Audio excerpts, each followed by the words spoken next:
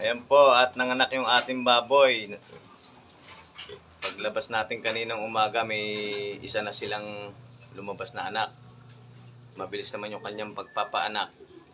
Kasama ko si Boy Tingala. Ayan, 17 ang anak ng ating baboy. Salamat at may blessing na naman tayong panibago. Hindi na natin naipakita yung paglabas at yun naman ay nakita nyo na sa unang reels ko.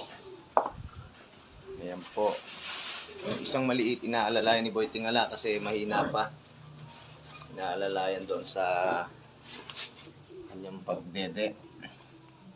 Tinututukan para makasurvive. Ayan, magaganda naman ang kanilang mga katawan. Ayan, katulong natin si Boy Tingala. Bali pala ito yung dalawang inahin kong manganganak. Baka dito na lang natin maipakita yung isang video at para makita nyo uli yung panibago. Ito.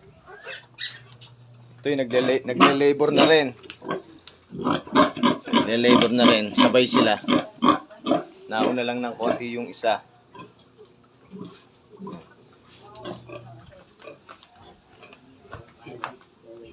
Ayan. Ayan sila, oh.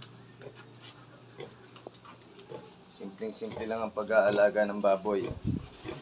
Basta marunong ka lang magtiyaga at maghintay. Sama mo na rin ang sipag. Kagaya ni Boy Tingala. Shout out!